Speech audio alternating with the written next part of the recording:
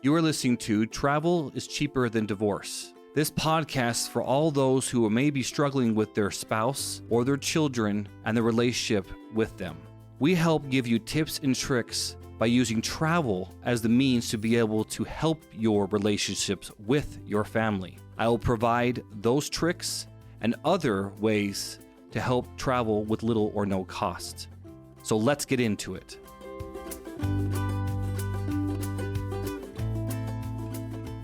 We as humans are meant to be together. We're pack animals in a way.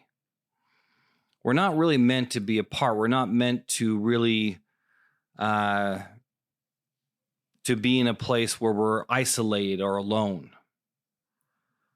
It's important for us to really see that being together in a family is exactly what brings really lasting happiness. This is one of the lessons that my parents taught me by the actions that they took, by divorcing each other, by putting us in a place where we had no father in the home. It placed us in a situation where, well, because of the divorce of my parents, my mom was not even in the home either. So really, we almost were raised on our own. And there's side effects to that, some negative, some positive. One of the positive side effects of what I went through was that my siblings really clung together. Me and my siblings have a pretty decent relationship because of what happened. I believe it's because of what happened.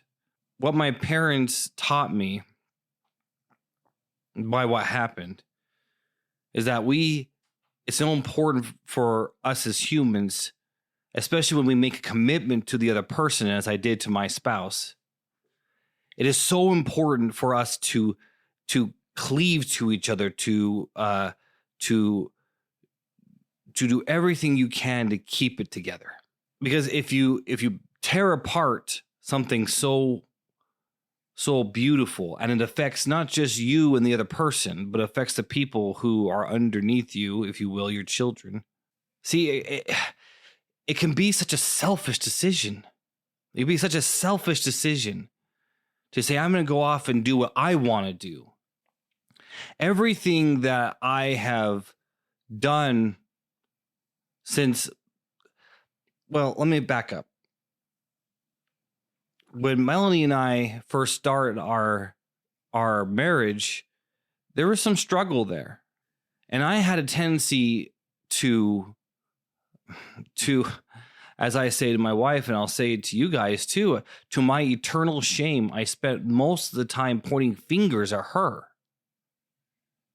You're the problem. Now, I said that because she had been through so much in her life, and I thought that she wasn't thinking properly. But she really wasn't thinking at all. She was feeling. She was a big feeler. And me as a thinker, I really couldn't understand that. Because logically, as it were, it didn't make any sense to me. So I pointed fingers, you're the problem, you're the problem, you're the problem. So that was the beginning of our marriage. And as we progressed through, we learned to love and live with each other for a while, and then things got really, really stressful. We lost a couple of children. And when we lost those couple of children, I don't know if you've known anybody. I know my wife knows, she has a relative, I should say, and she's told me the story herself of this relative, at least, that when they lost a child, it destroyed their marriage. We lost 2 children, and it almost destroyed ours. But the destruction isn't because of the child being lost. It's because there's underlying issues that were never taken care of. That's what I realized in my marriage.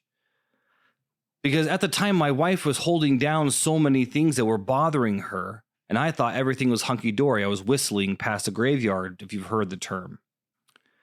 And so I spent so much time pointing fingers at her at the earlier part of marriage, thinking everything was fine towards the middle, and to where we're at. I'm not hoping this is not the end, but where we're at now in the present, probably about, about a couple of years ago. Well, it really started from the time when she said we need to travel more, right? So there was all that. And then you've heard the story before, and if you haven't, this is your first episode.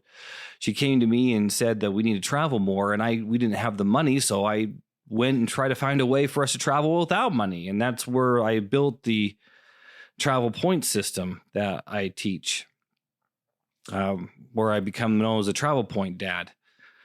So I started working on some things with the traveling, but through the traveling, I realized, I should say, that when I was pointing one finger at her, as the analogy goes, I was pointing 3 fingers back at me.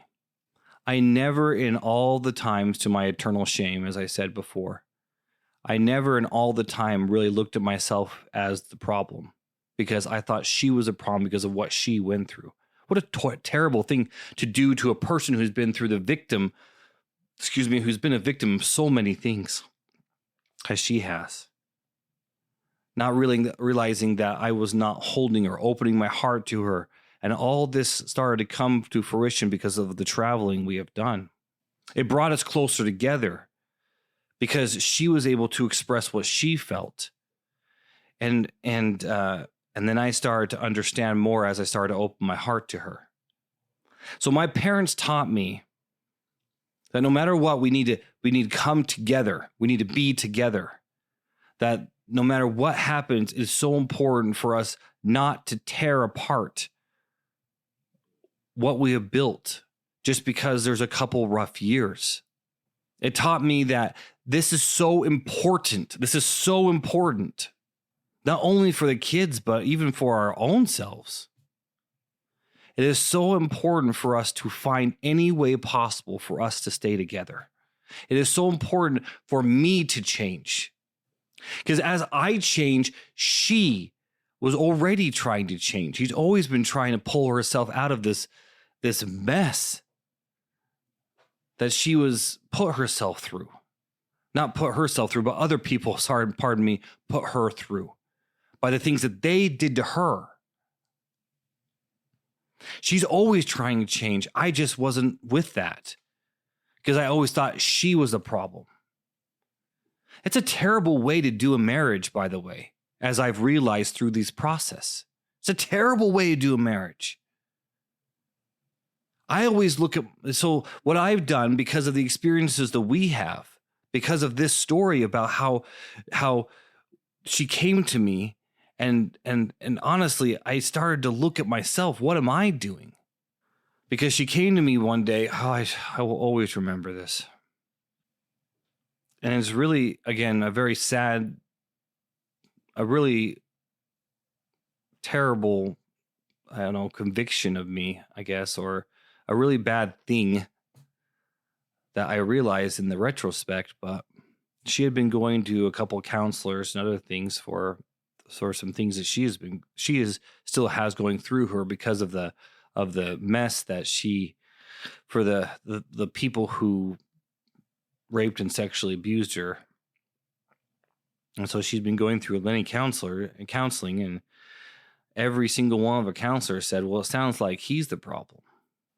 It's funny that once she told me that, I woke up and said, maybe I am the problem.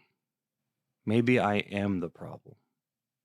So what I've done since that point forward, and it really hasn't changed, is that when there is some sort of a disagreement, I always look at myself first. And then I look at her. My wife, I love her so much. She has a tendency to always look at herself first before any of this. She's always been that type of unselfish, beautiful person. She looks at herself first already before any of this. And now we both basically look at ourselves first before we blame the other person. always continually trying to improve, always continually trying to improve. It's so easy. It's so easy, not just with our spouses, but literally anybody we meet on the street. It's so easy to point fingers and say that this person's the problem without looking at ourselves first. It's such a terrible, terrible mentality to have. This brings me to another attribute that I believe is always also important that brings us together. And that is the attribute of forgiveness. Sometimes I don't really know where these episodes are going to go, but I feel really compelled to talk about forgiveness because through everything that I had put her through by not being selfish and prideful and whatever, by not being and not stepping up, not stepping up and being the man that I need to be for her, through all of that, she continually found a way in her heart to forgive. And she's done it over and over and over again. There's a lot of, you can list the attributes you need as in a marriage. It'd take a long time to do, but forgiveness and love, so important. So important. But see, these things are not just about marriage, though, although it's really, really important to have them within the marriage. But it's so important to have it with interactions with nearly everybody. She forgave and forgave and forgave. And I'll be eternally grateful for her being able to do that. So to the men out there, it is so important for you to look at yourself first. Because that's what I have seen to help. By saying this, I'm not saying that it's always your fault or that it's majority of the time your fault. I'm not in your marriage and I'm not in your home. But what I'm saying is by my experience, I have seen that when you look at yourself first and not look at others as the problem, as long as the other person's also willing to do that, then those two things can come together. And I know it sounds like a cliche or that I'm just trying to, but it really truly did start when we started to travel. It really helped us. And it did bring out a lot of these things because we were together more and we're in places where she felt comfortable to say things and say more to me. So these things got brought out. But when she brought these things out and we were able to bring them to light, because, sunlight's the best disinfectant when it comes to bringing things to light. When she brought these things to light, I was able to work on me. And then we were able to work on us. Because if I never pulled out of that and I kept pointing fingers at her, I don't know where we'd be today. My parents taught me that I should do everything I can to make sure we never fall apart as a family. I should do everything I can. And for the longest time, I was pointing fingers at her and saying she should do everything she could to keep our marriage together, never looking at myself. Again, going back to being selfish. What a selfish way to live. What a selfish way to live. We need, as men, to step up as men and take responsibility for what we are not doing, take responsibility for what we are doing, and love our spouses, love our children. Because if we can step up and show the love that we need to love, the love that we need to give, I just know, because I've seen it in the stories that I've already told you, that what changes in our lives when that happens. And it's so cheap to make that happen. You don't have to go to, and I'm not saying not to make that clear, but I'm not saying sometimes you don't have to go to couples therapy. We never did.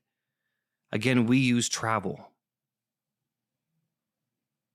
Because not only do I believe that travel is cheaper than couples therapy, I also know, just for what I've heard from others and what went through with my parents, that travel is also cheaper than divorce.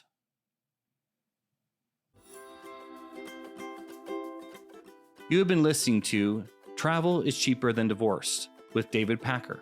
Please let us know what you think about this episode or any other comments you might have by visiting our website at www.travelpointdad.com. Please join us for our next episode, where we continue to explore how travel can help bring your family together.